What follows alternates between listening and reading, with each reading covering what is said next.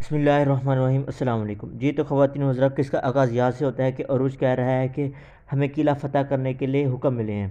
اس کے آگے ہی خضر قلعے میں داخل ہوتا ہے کلیمنوس کے، اور پیترو کے سامنے جاتا ہے، اور ساتھ میں یہ کہہ رہا ہوتا ہے کہ میں قلعے جاؤں گا اور ان کے پیرامیٹر چیک کروں گا کہ وہ کیا کیا تیاریاں کر رہے ہیں، قلعہ کیا کیا ان کی جگہیں ہیں جو کمزور ہیں، کون سی سخت جگہیں ہیں جہاں پہ ہم ان کو وار کر سکتے ہیں۔ اس کے بعد خضر کہتا ہے کہ مریم ایک بہت بڑی مصیبت میں ہے، یعنی کہ وہ شاید وہ عروج کو بتا رہا ہے۔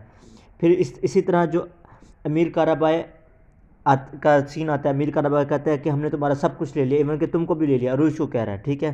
اس کے بعد مریم جو کے سامنے آتا ہے خضر، تو مریم خضر کو کہتی ہے کہ وہ ہمارے دشمن نہیں ہیں، یعنی کہ کون دشمن نہیں ہے؟ پیترو وغیرہ ہمارا دشمن نہیں ہے۔ ہو سکتا ہے یہاں پہ مریم کے ساتھ وہی کیا جا رہا ہو جو ارطغرل غازی میں ترگو کے ساتھ کیا جا رہا تھا، کہ اس کا ذہن چینج کر دیا گیا تھا، شاید مریم کو بھی کوئی ایسی چیز کھلا کے اس کا ذہن تبدیل کر دیا گیا ہو۔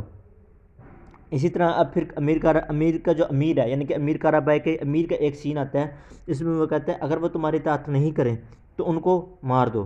یعنی کہ امیر کارابائے نے کوئی گیم چلائی ہے، جس طرح اس قرص عثمان میں جو امیر ہے اس نے سلطان کو دھوکہ دے کے عثمان کے ساتھ زیادتیاں کر رہا ہے، اس طرح اس میں بھی ہو سکتا ہے کہ امیر کارابائے اپنے امیر کو دھوکہ دے کر اس کے ساتھ زیادتی کر رہا ہو۔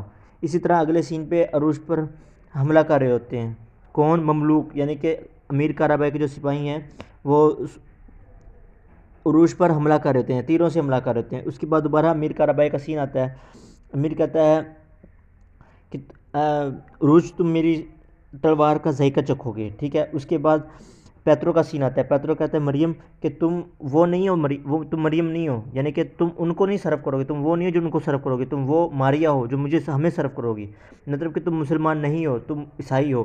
یعنی کہ یہاں پہ جو میں نے آپ کو بتایا کہ شاید اس کا ذہن تبدیل کیا جا رہا ہے، یا اس کو ایموشنلی ٹارچر کر رہا ہے کہ تم اب مسلمان نہیں ہو، اب تم عیسائی بن گئی ہو، اب تم ان کو نہیں ہمیں سرو کرو گی۔